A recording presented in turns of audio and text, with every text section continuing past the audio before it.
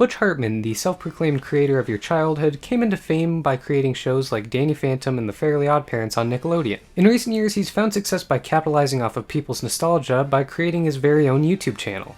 Since starting his YouTube channel, he's accumulated over 800,000 subscribers. Speaking of subscribers, did you know that less than 1% of you that watched my last video subscribed? I mean, what's the deal with that? Come on, just go down there, hit the subscribe button, and there's more videos. Anyways, ever since then, the public opinion of Butch Hartman has plummeted due to the various scandals he's been a part of in the past few years. From funding a streaming service with underlying Christian values that he didn't disclose at the start of funding, to tracing art from Twitter and selling it as a $200 commission, and even claiming that autism could be cured through the power of prayer, Butch has not had the same positive effect on people he used to have. During the recent Butch Hartman drama, I was looking through his Twitter and noticed that in his bio it said that he worked on a project called the 3 O'Clock Club. So I decided to check it out and see what it's all about. 3 O'Clock Club is a comic book series written by Butch Hartman and Jordan B. Gorfinkel. In case you don't know who Jordan is, he's actually responsible for creating the original Birds of Prey comic book series, so this is a bizarre crossover between two creative minds. This comic was created in 2017, which was way past the prime of Butch being able to create good content anymore. So I decided to purchase the whole series and read through it and decide if this is another Butch Hartman failure, or if this is a secret hidden gem where people should know about. Before we get into any of the story, let's talk about the art of this comic book series. I really like the art style in this series. It's way more advanced than a typical Butch Hartman project, and this works very well for a comic book series. I don't think the story would be as impactful if everyone was walking around looking like Timmy Turner in this story. However, a huge problem within these comics are actually the text bubbles. A lot of the time it's hard to tell which bubble in the comic you're supposed to be reading, and this makes it difficult to keep up with the story properly as you're reading through. This lack of consistency really makes it difficult to sit through this series. Now, let's get into the comic series, starting with Book 1. So Book 1 introduces us to all our heroes and vaguely tells us what's going on at this school. Every day at 3 o'clock, a portal gets summoned, and the 3 o'clock club come in to push an anomaly that comes out of the portal back into it.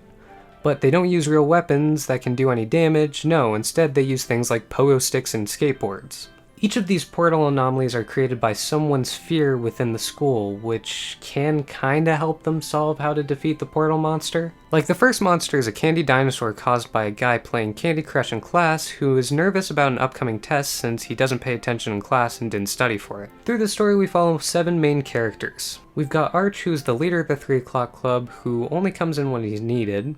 Then we've got the main 4 members, Shane, Drew, Zell, and Wash. As well, we've got Drew's little sister and the lunch lady for some reason. Each member in the club is given a special medal that when 4 o'clock hits, as long as the portal monster's been sent back into the portal, they rewind time back to 3 o'clock and it's like nothing ever happened and no one remembers it. So this makes it that only the people with the medals remember what happened, which is our main 4 in the club, Arch, and the lunch lady, again for some reason. Also, Arch is this mysterious guy that they don't know much about, and has a friend named Abe, which is a super important detail for later. So take that detail, take it, put it in your little pocket, save it for later, we'll be needing that. So at the beginning of this, I think it's a really interesting premise, but it's just so poorly executed. The dialogue between all the characters doesn't even feel like they're real teenagers. It makes it feel like Butch Hartman thinks kids still say the word radical. As well, they try to use sciencey terms to explain made-up dumb things. They say stuff like electromagnetic pulse in relation to a story about candy dinosaurs created by too much stress. So anyways, on to Book 2. Book 2 is literally the same thing as Book 1, at least for the first half of the story. They really don't add any new content, it's just them fighting a monster and then going on with their day. However, the second half shows that they do this across the entire week, and then Friday comes. However, this time on Friday, after they thought they defeated the wave, it turns out they didn't and they fail. So just in time, Arch swoops in and uses a gravity hammer thing, which causes all of them to lose all their medals, but also ends the wave for some reason. I don't get it. Drew throws his medal to his sister, so she remembers all the events that happened for once. Arch then hires her to help them get their memories back, otherwise it'll mean the end of the world since no one would be able to stop the monsters. So basically, Book 1 was just a huge waste of time. I get that you need to establish a story in some way, shape, or form, but in a 5-book series, do you really need to waste one for establishing and waste half another for re-establishing? The new information we get in the story is that the portal is caused by a totem, the hammer damaged the totem, and Arch has some kind of connection with this totem. Book 3 switches it up, with Drew's sister going to find the 3 o'clock club members so that they can go and find a log to power up the totem again, which will in turn save Arch, I guess? I don't know, I'm just as lost as you are at this point in the story. This is that trope you see in movies and TV shows with groups, that the group splits up and oh, now they gotta get back together, but they don't work the best together. And it just doesn't work here, because the story forced them to not remember that they like each other. It didn't happen naturally. So the group doesn't get along at all together, and this builds a will they, won't they tension.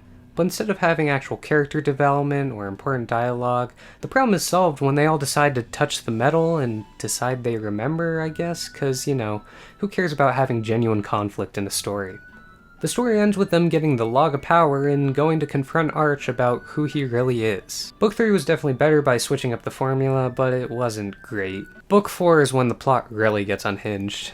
So it turns out that Arch is from the 1700s, and one day he finds a totem under the school with his sister. She messes with it and jumps into a vortex it made, saying she'll be back by 3 o'clock. Because, you know, who cares about being safe? Let's just jump in the cool little woobly-woob in the sky. In case you couldn't tell by now, she didn't come back through, but the next day the first monster comes out exactly at 3 o'clock, which is when she said she'd be out. So Arch fights the monsters that come through the portal day to day, and after 100 years is finally hitting a breaking point. Then one day, out of nowhere, Arch meets President Abraham Lincoln. Yeah, you know his buddy Abe he mentioned earlier?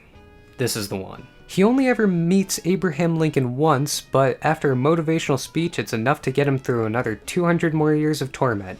Also, the lunch lady is a former member of the 3 o'clock club from the 60s, so Arch and her are pretty much dating, I guess? Yeah, I see nothing wrong with a 60-year-old woman dating a 300-year-old man in the body of a 16-year-old. So Arch made the club members new medals, but the medals are made from the totem, and Arch realizes that the totem is dying because he's made too many medals with it. So Arch decides it's finally time to jump into the portal and solve the problem from the inside, because, you know, why do it immediately? Let's wait 300 years and see what's inside then. Book 5 is just crazier than Book 4, and it's split into 2 different plots. So the plan here is the 3 o'clock club members will be on the outside of the portal fighting the wave as Arch goes in and tries to solve the problem from the inside. So everyone gets ready to fight the final wave. Arch says bye to the lunch lady, who is ready to take down the totem at exactly 3 o'clock version 2 in case Arch fails. Plot A follows the club members fighting each monster they fought before until 3 o'clock hits, which we don't care about that plot. Plot B is the juicy plot with Arch in the portal. After jumping in the portal, Arch finds his sister is living there, and she's living in a world that anything she imagines comes true. And apparently this is what's causing the portal monster, because, you know, when you imagine something in one world, something happens in the other, because Newton's laws. That's what they actually say in the story. They just explain it by saying, remember Newton's laws. He tells her that it's been 300 years and to stop living in Fantasyland, and she denies it, and starts attacking him thinking he's not the real Arch. Now, this is Arch's lowest moment of the story. As the audience, we wonder, what's he gonna do next? Is he gonna give up? Is he gonna continue? Let me tell you, you wouldn't guess in a million years what happens next. So, and I cannot stress this enough, in his sadness, Arch summons the imagination ghost of former President Abraham Lincoln, who gives him a pep talk so good that Arch is able to get up and fight again.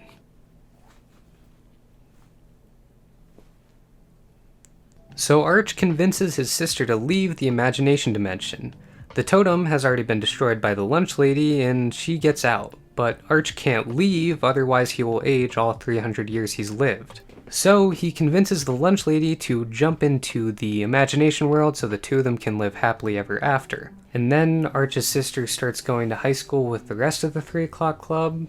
God, this entire comic series is just so bad. The dialogue between all the characters is just so awful. You can tell it was written by two 50-year-old men who haven't been in high school in over 32 years, since they have no idea what teenagers even say or do anymore. Like Butch. 3 Year 5 projects have been about a kid coming into contact with a supernatural phenomenon and dealing with the consequences of that. Did you really need to add one more property to that list of following this stupid formula? They try to put emphasis on the main cast of 4, but they are really not important to the series. They could have replaced them with robots that kill all the monsters and it would have had the same effect. I didn't tell you guys at the beginning of the story, but one of the major plot points they try to hit is that Drew was homeschooled up until high school, and this is his only example of what school is like at all. And it's really not a relevant plot point, except for those times that him and his sister are like, hey, remember that time we were homeschooled? This is nothing like homeschool. They try to have this overarching mystery element like Gravity Falls, but don't answer like half the questions they present. Like, who made the totem? Why is Arch immortal? Why can he live in the imagination fantasy land without any consequences but his sister can't? Why couldn't him, the lunch lady, and his sister all have lived in the imagination fantasy land, erasing all memory of this ever happening on Earth? Why is Butch Hartman still regarded as a respected member of the animation community? None of these are answered through the story, and it's just dumb. So overall, I don't recommend you read this.